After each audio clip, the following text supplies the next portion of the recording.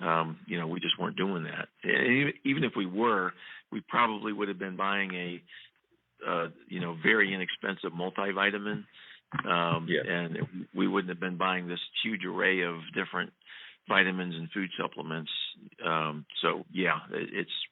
It's definitely an issue as far as not only buying expensive products, but buying products that you otherwise wouldn't buy because you just don't buy them. But when there's PVPV on them, high PVPV rewards for buying them, then you go buy them. That's just the nature of how it works. My dad wouldn't buy anything if there was enough PV on it. It wouldn't matter what the product was. Right. Yep. So that's a pretty powerful business model, isn't it? When people use things they would never otherwise use. That's actually pretty genius when you think about it. Well, it is. It's an evil genius is how that's the term I use, is evil genius. So another part of this number 7 was they kind of misquoted the volumes of the companies, and they only made this about a year ago, and so it wasn't like it was 2013 when they made this video when Amway was at their high point. They said that Herbalife was an $8 billion a year company. It's closer to about $5.5 billion per year. And Amway is not $10 billion. It's more like $8.5 billion. I mean, not huge corrections, but I think it's good to correct the record on these things. Yeah. When people throw numbers out there, and they're just not right, I think it's good to call them out. And so, and the bigger the number is, the bigger the illegal pyramid it is. That's my point is, it's nice to be proud of your volume, but if your volume is creating an illegal pyramid, then is that really something to be proud of? Exactly, yeah. Anyway, I think we talked about the next one here on my list, Glenn. I said a major flaw in the MLM model is that multiple levels of payout creates overpriced products, along with greedy companies and higher raw materials and manufacturing costs because of lower quantities being manufactured. So, all these things together is what creates, in my opinion, the overpriced products. There's several factors that do that. We have a bit of a disagreement there because I think the reason why the products are priced the way they are is because they know that people like my dad will pay any price. Therefore, they charge them any price. I don't disagree with I really think that the main reason why the products are overpriced is because they can overprice them and people will still buy them. Well, not people will still buy them, IBOs will still buy them. The public won't touch them because they're overpriced. But the IBO, they'll keep them. They'll pay $15 a litre for energy drinks when you can buy similar energy drinks for $7 a litre. Yeah, and I don't think we necessarily disagree. When I say greedy companies, that's really saying what you were saying earlier, that Amway could probably cut the cost of their products in half and still make a good profit. That's what I mean by greedy companies. And I don't know what the percentages of all these different reasons are. I don't know, for example, how much the higher raw materials influence the final price. I would think it would be a relatively minor amount, but I don't know. But what I do know is all these various factors together is what creates the overpriced products. And I'm not trying to necessarily quantify the contribution of each factor. I'm just saying all of these are factors, and all of these factors create the overpriced products. It's certainly the one that I can measure is the bonus, right? We know that about a third of the price is paid out to the distributors, and I don't have a problem making money. It's just, I'm just saying that's what props up the price by about a third from what it otherwise might be. Of course, there's other people, in a traditional distribution chain that make money along the way. It might cost Coke 3 cents to make that Coke, but how much does it take? How much do you have to pay your shippers and truckers and deliverers and people that stock the shelves?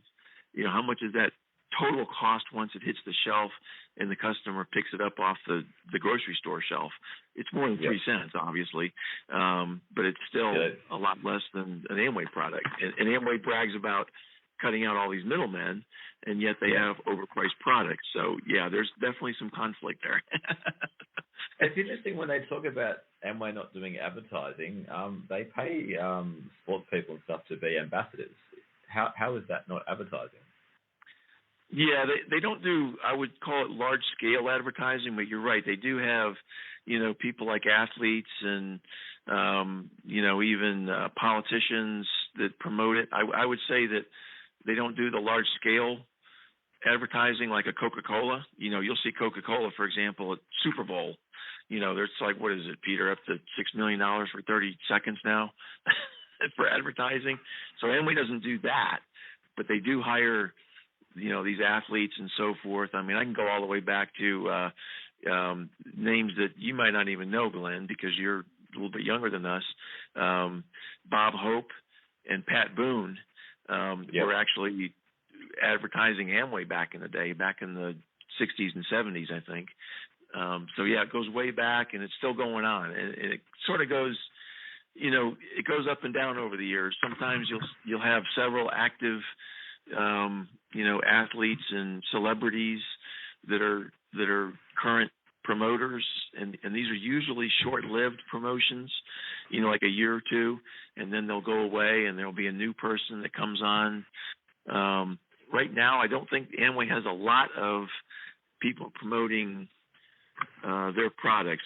Certainly not like they have in past years. I know in past years, like Shaquille O'Neal, when he was playing basketball, he was all over Amway and promoting. They even had a Shaq energy bar, named after him. When he was playing for the Orlando Magic, owned by the Amway owners. So, yeah, it was a lot bigger, but I think it's still out there. What about the naming rights for the stadiums? You got Amway stadiums and Amway arenas, I've noticed. Yeah, my understanding of the... Isn't it? Yeah, and that is advertising. There's no doubt. That is definitely advertising. And my understanding is that the city of Orlando owns the stadium, and Amway paid for the naming rights. But you're right. Every time that stadium comes on the TV, Amway gets plastered all over the place. And unless someone is saying, hey, that's a scam, the natural inclination for a viewer to say, well, that must be a legitimate business because, look, they're putting the name right out there. And so it's an education process, right? It's an education process of telling people, look. Yeah, go ahead. Stadiums normally do they? Crooks and con men don't normally have naming rights for stadiums. Right, exactly. Yeah. Yeah, I mean, if you didn't know, then when you saw that name, you'd go, oh, that's just a company, and it must be legitimate. In fact, the Amway upline likes to talk about, well, gee, if we were an illegal pyramid, we would have been shut down a long time ago. Well, this fellow by the name of Bernie Madoff was around for a lot of years before he got caught. So it's Bernie was even giving advice to the SEC. He was advising the people that were meant to be policing him. Yes, he was actually I don't know if it was the president or CEO, but he was in charge of NASDAQ, which is one of the, publicly traded platforms for trading stocks in the United States. He was the head honcho, and he had a lot of credibility. I mean, Bernie was very well known and, very knowledgeable, obviously, and that was part of his shtick, right? He had this really good reputation, and a lot of people who invested with him knew that something was wrong. Especially the wealthy people that get educated on investing. They knew something was wrong, and what they thought Bernie was doing.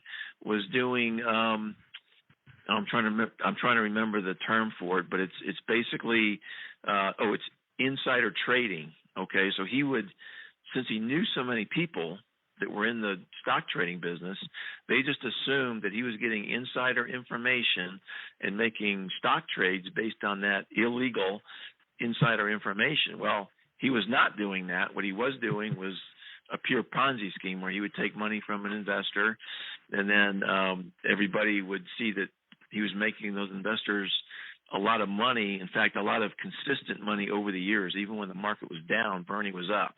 And so people were clamoring to get, to give Bernie their money. And so he would take it, although he wouldn't take it from everybody. He was very selective. He wanted to make it look like almost like an MLM, where, oh, you must be special if you're going to be investing with Bernie. But he would take